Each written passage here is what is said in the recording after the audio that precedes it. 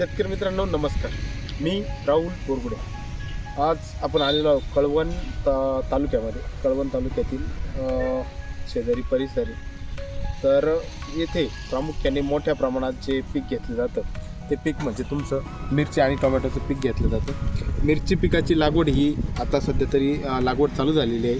हा महिन्याच्या अखेर आणि पुढच्या महिन्यात बऱ्यापैकी चांगली लागवड होईल मिरचीची. तर मिरची पिकाला सर्वात पहिले थोडी थंडीचं प्रमाण जास्त असल्यामुळे सुरुवातीच्या कालावधीमध्ये चांगला पिकअप घेण्यासाठी किंवा चांगली झाडांची ग्रोथ घेण्यासाठी आपल्याला सुरुवातीला जी एक आळवणी आहे ती आळवणी अशी करायची आहे का आता या मिरची पिकाला फुटवा होण्यास सुरुवात होते.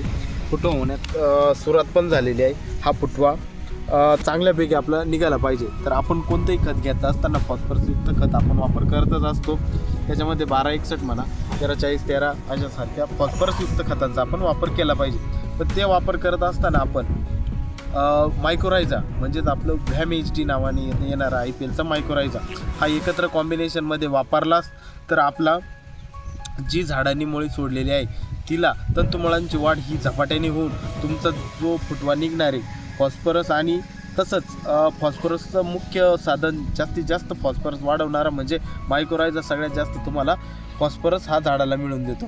तर आपल्याला त्यामुळे कॉम्बिनेशन करायचं आहे. कोणतीही फॉस्फरसची एक ग्रेड वापरायची, त्यामध्ये आपल्याला मायक्रोरायझा वापरायचा आहे. व्हॅम HD वापरताना आपल्याला प्रति एकरासाठी 100 ग्रॅम वापरायचं आहे. कोणतंही खत आपण 3 ते 4 किलो घेऊ शकतो.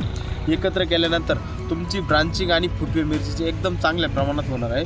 नक्कीच ही ड्रिंचिंग व्हॅम HD आणि फॉस्फरसयुक्त खताची ही तुम्ही केली पाहिजे. धन्यवाद.